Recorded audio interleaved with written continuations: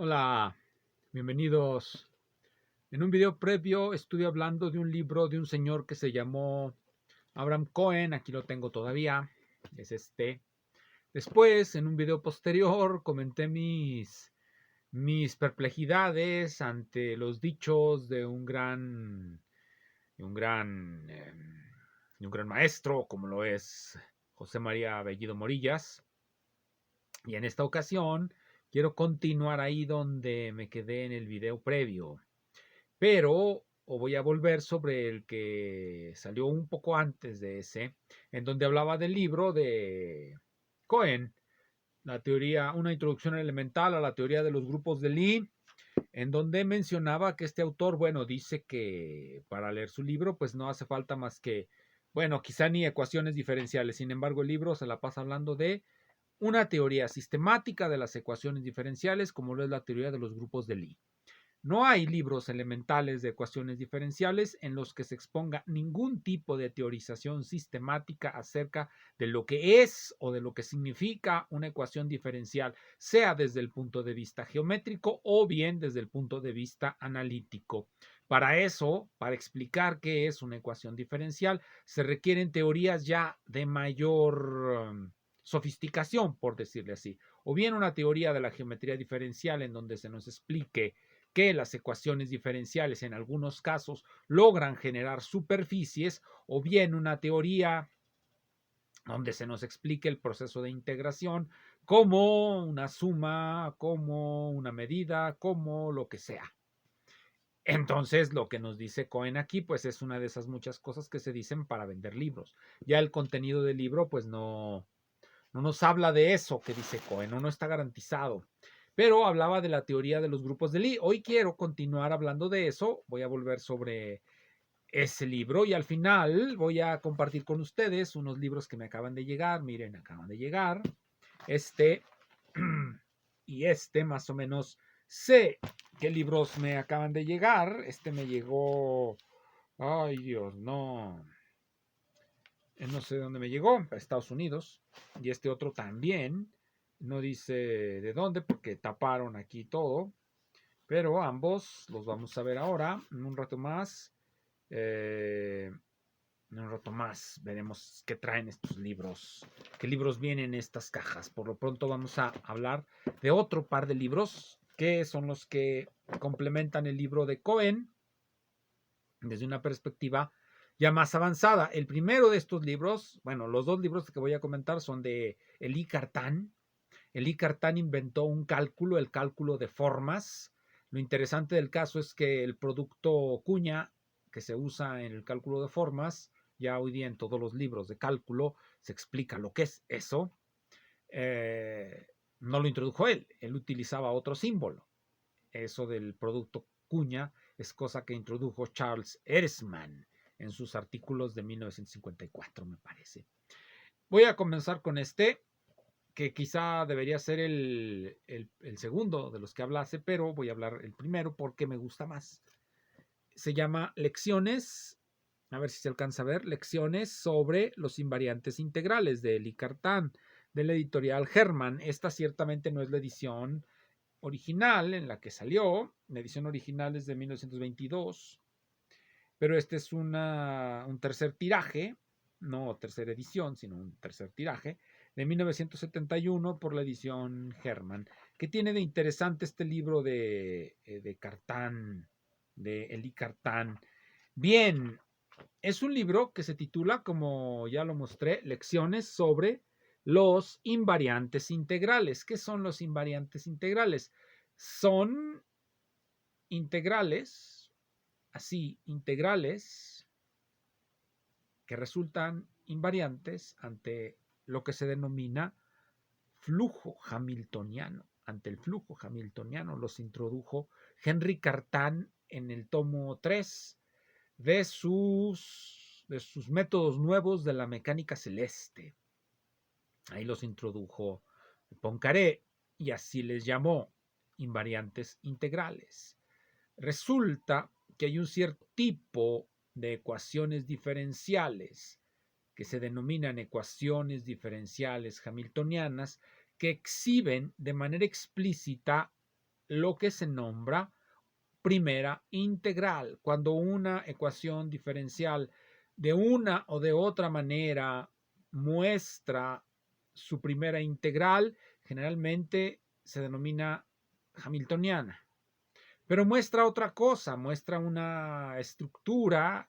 Las ecuaciones diferenciales hamiltonianas tienen una forma particular que hace que aparezca en ellas, aparte de la primera integral que se denomina hamiltoniano, algo que se denomina también estructura simpléctica, que es, en el caso más simple, es una matriz, en el caso más general es una forma diferencial no es otra cosa que una representación abstracta libre de coordenadas de lo que es una matriz. Una matriz es la representación en coordenadas y generalmente esa representación matricial en coordenadas tiene lo que se denomina la forma canónica, que es la forma más simple, pero puede tener una forma no canónica y aún así seguiría exhibiendo la primera integral hamiltoniano y aún así seguiría teniendo la estructura simpléctica ahí, solamente que en coordenadas en las que no es tan simple y por eso no se llama canónica, como cuando en álgebra lineal les enseñan lo que es la forma normal de Jordan, las formas canónicas de los operadores abstractos en espacios lineales o espacios vectoriales. Entonces, este libro habla sobre los invariantes integrales. Ya les dije, los invariantes integrales son, bueno, integrales sobre una cierta región que se someten a lo que se denomina el flujo hamiltoniano. El flujo hamiltoniano es la solución del sistema de ecuaciones diferenciales hamiltoniano. Genera un grupo de transformaciones que tiene la característica que deja invariantes a estas integrales. Hay un método ahí que generalmente no se enseña en los libros de texto. Yo siempre he tenido una curiosidad cuando he leído un libro como el Goldstein de mecánica clásica, que es el que antes se leía por los físicos, se lee mucho. Siempre me quedaban muchas dudas de ese libro. ¿Por qué, por ejemplo, no aparecía en ese libro el teorema de Lee-Kennings? ¿Por qué desapareció? Y así sucesivamente, muchos resultados de la mecánica clásica muy útiles no aparecen ahí. Aparecen otras cosas. Resulta que es ancilar ese libro para la mecánica cuántica y para eso lo que se requiere es lo que se denomina la estructura simpléctica, cuyas coordenadas se llaman corchetes de Lagrange. La estructura de Poisson o matriz de Poisson tiene como componentes los corchetes de Poisson. Bueno, ese es este libro. Va a hablar de los invariantes integrales. Debido a todo lo que he dicho, este libro necesariamente es un libro de mecánica hamiltoniana.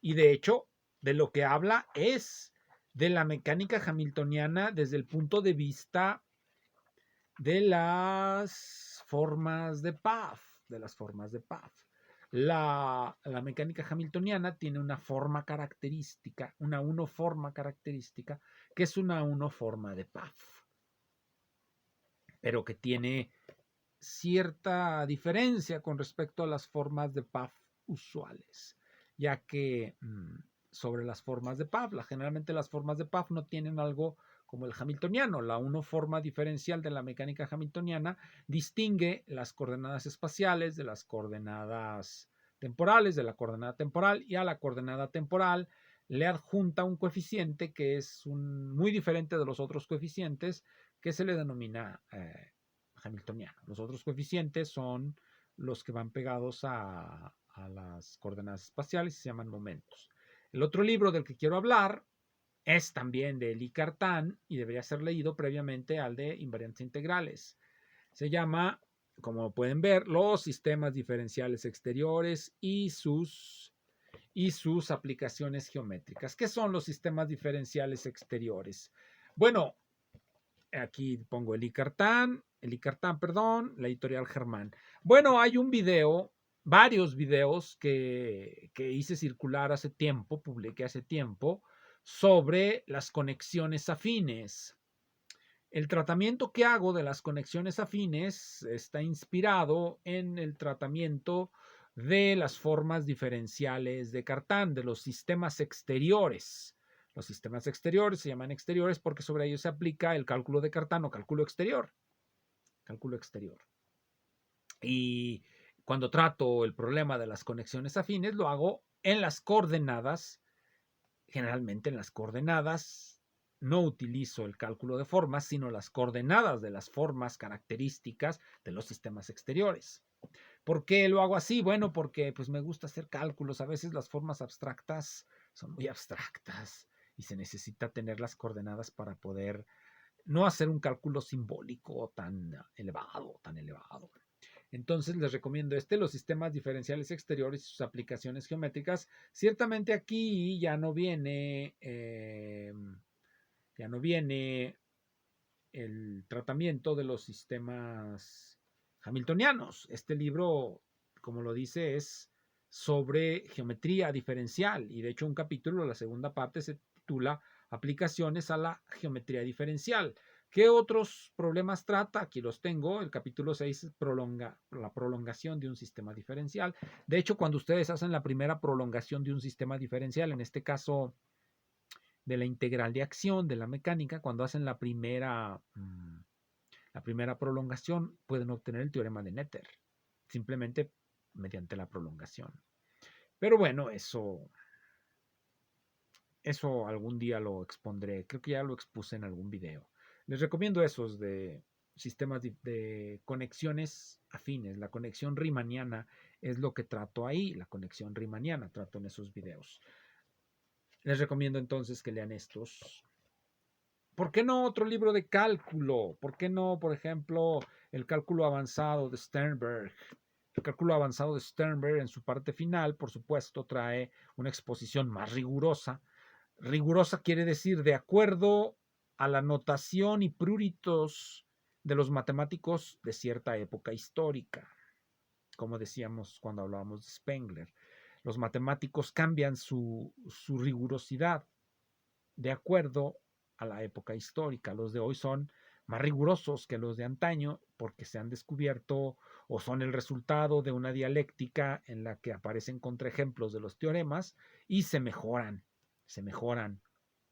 Y al ser mejorados, el mejorarlos quiere decir adelantar, establecer, ofrecer nuevas definiciones en donde aquello que provocó el fracaso de nuestro teorema o lo que provocaba la posibilidad de dar contraejemplos a nuestros teoremas queda eliminado porque pues, se integra dentro de las condiciones mismas del teorema. Pero bueno, eso lo platicaremos en otra ocasión. Ahora les recomiendo este. A veces el rigor que utilizan ciertos matemáticos pues nos impide ver el panorama general de lo que se trata, de evitar contraejemplos. Bueno, vamos a abrir estas cajitas. Vamos a empezar con esta. Véanla, está sellada. Voy a utilizar para abrirla, para ver qué libro me llegó. Yo ya más o menos me imagino qué libro me llegó, porque más o menos me acuerdo qué libro me llamó la atención. Y por el peso me imagino que es un libro sobre utopías, sobre literatura utópica, que es algo de lo que aquí hablamos. Y efectivamente, aquí lo tengo, este librito lleno de papel. Por Dios. Bueno, ya, lo arruiné. Bueno, ya se notaron que lo arruiné. Le hice esta pequeña muesca al quitar los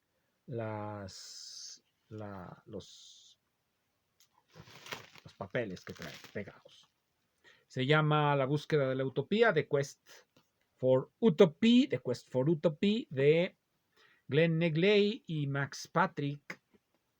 Lo vi, me gustó. Bueno, ¿qué trae? Utopías modernas, dice aquí, 1850, 1950, la columna de César por Edmund Boyce Gilbert. Idiotas, de Ismar Tuisen, un profesor de matemáticas que se llamaba John McKnight. Edward Bellamy, Theodor Herzka, Albert Chavannes, Gottfried Sveven, William Stanley, Gabriel Tardé, que se llama El hombre subterráneo, de Gabriel Tardé, Una utopía moderna de Wells, La utopía de Moro. Por supuesto, son extractos, aunque el libro, bueno, pues está bastante grueso. Lo pueden ver, está grueso, aunque no es muy grande. Véanlo, no trae, bueno, la cubierta está interesante, bueno, se me hace más o menos. Ustedes podrán encontrarla fea o bonita, no lo sé, eso ya es de cada quien. Pero pues este librito que hay que leer con atención, porque hay utopías aquí que uno no conoce y eso es lo interesante de estos libros. Bueno, vamos a abrir el otro, este está más pesado, este sí es un libro de... Estos son 3 libros de matemáticas, 3 libros de matemáticas de un autor ruso que se llama Alexandrov. Yo creo que es el Alexandrov que nos enseñó eso que se llama compactación de Alexandrov. Aquí lo estoy sacando, a ver si no cometo los mismos errores que con el anterior, que al sacarlo lo arruino un poco, ya pierde valor, como los autos pierden valor. Bueno, ya salieron, más papel. Vamos a quitar el papel con algo de cuidado. Y efectivamente aquí están esos libros. Aquí están. Vamos a dejar los papeles aquí para que se vean los libros. Son 3 libros. 3 libros. Estos no están... Vamos a compararlos. Este es este. Vean, este es este. Está más gordo, pero está más chiquito. Estos están más grandes, como se puede ver.